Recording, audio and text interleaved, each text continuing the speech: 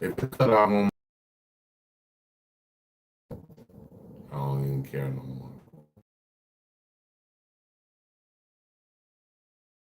Okay, okay.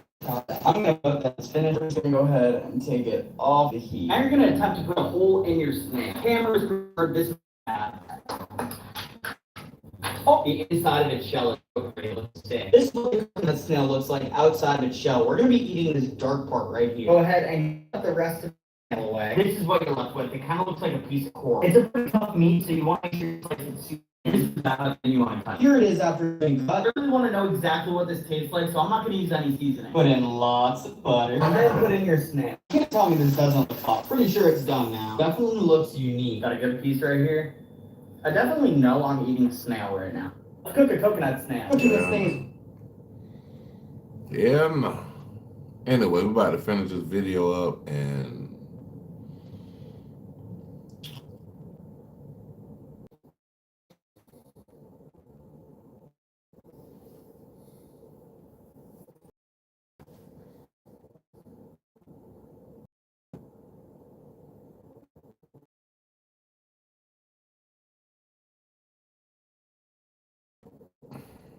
I'm gonna look at the Long Crown too. It's song by Jeffy Ansler.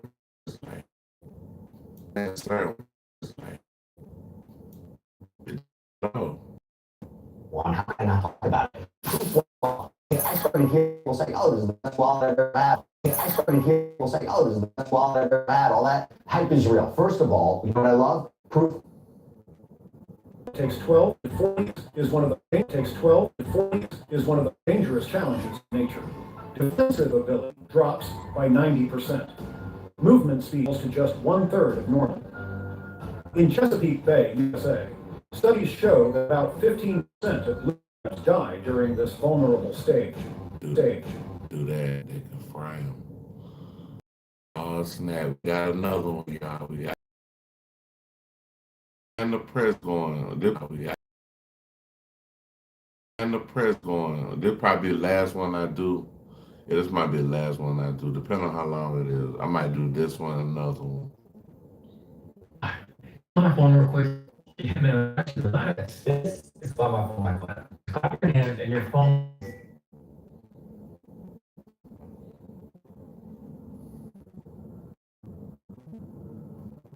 He's bald. You already asked for donation.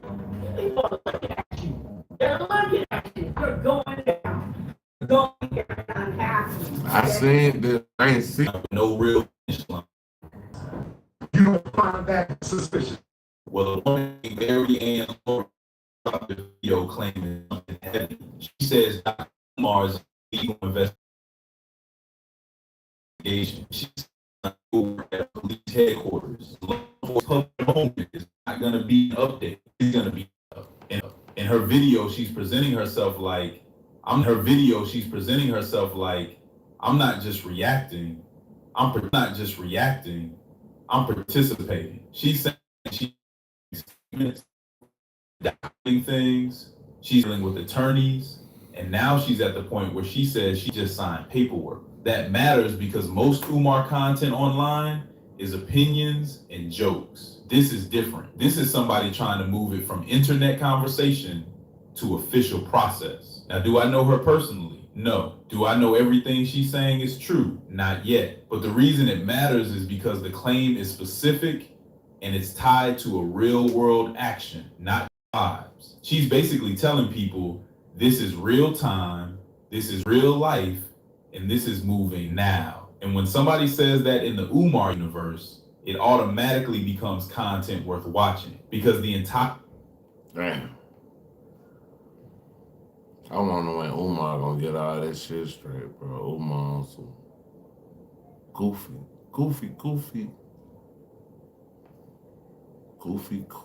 ass.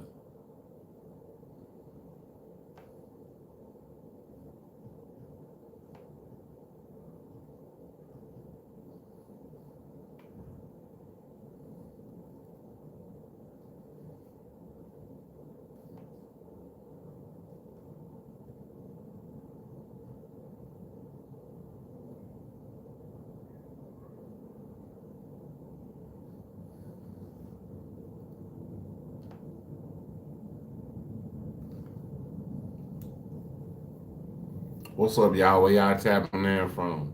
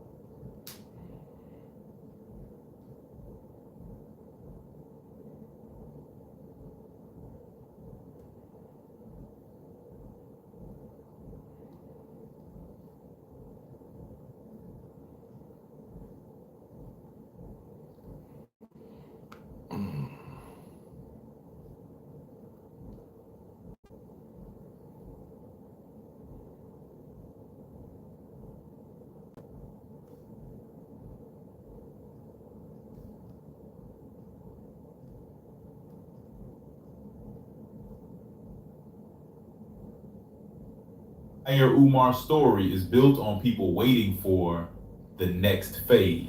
The question is simple. If what she's describing is real, what does that mean for Umar and the whole FDMG saga? That's why this video matters right now. Here's her core claim in plain English. Marianne says Dr. Umar is under legal investigation and law enforcement told her there's enough merit for a full investigation. Now let me say it slower. She says she went to a police headquarters. She gave her final statement. She signed paperwork. And she says they told her it is officially a full investigation. Lord have mercy. That's a nuclear claim because investigation is not someone made a video. It's not the internet mad. It's not the conscious community beefing. Investigation means people can be asked questions. Documents can be demanded. Timelines can be checked. And she even frames it like a pipeline, like local agencies first, then it moves up. Then there's a closing report. Then charges could happen. That's what she's laying out. Now, I'm not here to play news anchor. I'm here to interpret incentives. And the incentive here is obvious. She's trying to put maximum pressure on Umar and make it expensive, stressful, and uncontrollable. And if she's telling the truth, Umar is in a whole different game now. Now let's talk about that quiet thing, because a lot of y'all been saying it, even before her video. Umar been less loud, less chest out, more careful. And I've seen this pattern a million times. When somebody feels like scrutiny is coming, they don't always crash out immediately. Sometimes they go quiet first, because quiet buys time. Quiet lets you plan. Quiet lets you talk to lawyers. Quiet lets you clean up your narrative. Quiet lets you figure out what story you're going to tell your supporters next. So when Marianne drops a video claiming there's an official investigation and people immediately connected to Umar being quiet lately, that connection makes sense. Not because we have a police report in our hands, but because behavior follows incentives and pressure changes behavior. If you think you're about to be questioned, watched, audited, investigated, whatever, you don't post the same way. You don't talk the same way. You don't move the same way. So the quiet is not proof of guilt, but it is a signal of awareness. It's a signal that something feels different in the air. And that's why this story is worth covering, because it's not just what she said, it's what the entire moment suggests. Now here's the part that's slick. She starts naming locations. Cleveland Police Headquarters, Delaware, because the school is there, Philly, because that's where she says he lives. And whether you like her or not, you can't deny the strategy. When people name multiple locations, it creates a feeling of seriousness. It creates weight. It makes it sound like this is bigger than social media. It also does something else. It makes it harder for Umar to just brush it off, because now the claim is not somebody mad. The claim is, I'm dealing with real institutions in multiple places. Now, was she describing the process perfectly? I don't know. And I'm not going to pretend I'm a detective in Delaware. But what I do know is this: the complexity is part of the persuasion. She's basically telling supporters, this is beyond your debating. This is beyond your live streams. Reinstall Hinge and show you guys my old profile and why he was so drawn to me. First of all, I got to put all the pictures of my dog, which I think will mean a lot of points there. Man, You're debating. This is beyond your live streams. Lawsuit that we try to take to court, but they want to sit down and have talking with Umar. When I told them talking time with Umar was done, and there was a content. Oh, Marianne looks hurt. I wasn't hurt. You misunderstood disappointment for her. I wasn't hurt. I'm disappointed because I wanted him to pay the donor. I wanted him to lead financially. Listen, whether Umar really jail or not, he is gonna break financially. It's gonna cost him money to fight this legal battle. He's gonna lawyer up like he never lawyered up before. Okay, this is the law. These people are gonna turn around. They're gonna get. There's gonna be so many entities and stuff. It's gonna make his head spin. This is in the system now. That's what she wants the public to believe. And if she actually produces the closing report later like she promised, that would be a major receipt. That would turn this from internet talk into confirmed documentation. But until that day comes, we treat a video like a pressure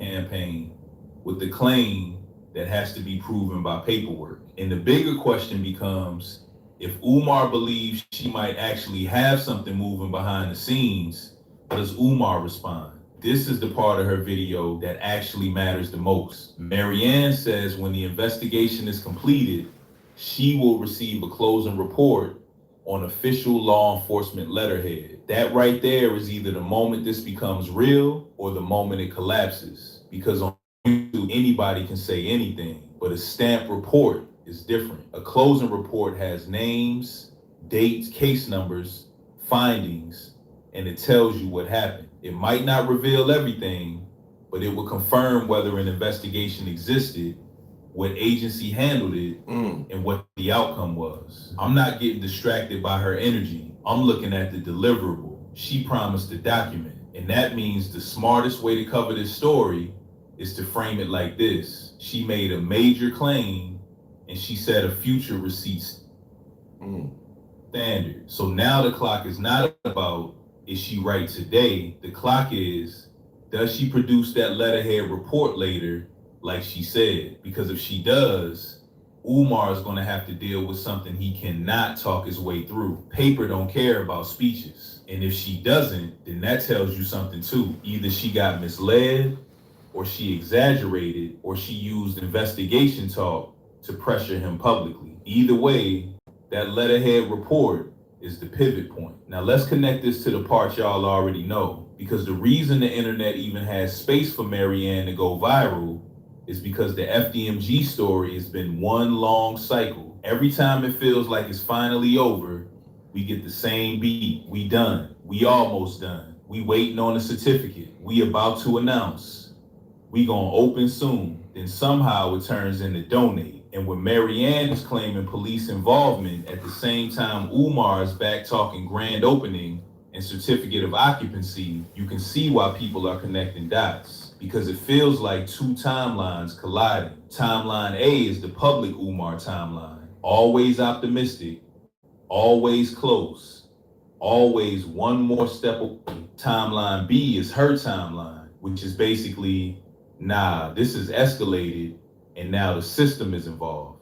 Because if Umar is used to controlling the narrative with words, and now there is a possibility of paperwork and investigators, that changes the whole game. Also notice how in both timelines, the certificate of occupancy keeps showing up. That COO is like the permanent excuse and the permanent promise, all at the same time. And that is why this story still has legs, because it is not a random new drama. It plugs directly into the same pattern. Let me tell you why COO is such a perfect stall. Because it sounds official. It sounds grown up.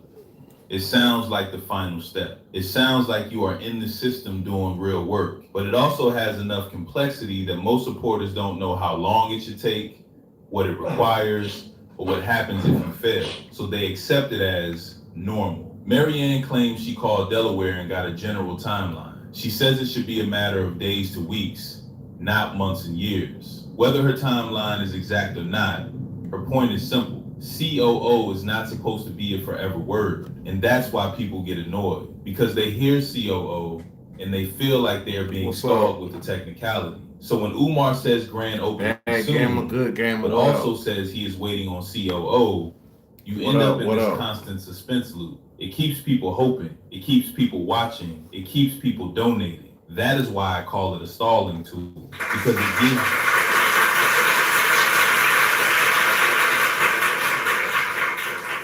you endless plausible delay. We waiting, we applying, we scheduling, we inspecting. You can stretch that forever if you want to. And if pressure is coming from outside, COO becomes even I gotta go to work in the useful morning, man. Because now you can say the reason things are slow is paperwork. It creates a shield. So when I see Marianne calling out the COO talk, I see exactly what she's doing. She's trying to remove the shield and force the story into I gotta work. I gotta work. I gotta work like Rihanna and Drake tomorrow, but.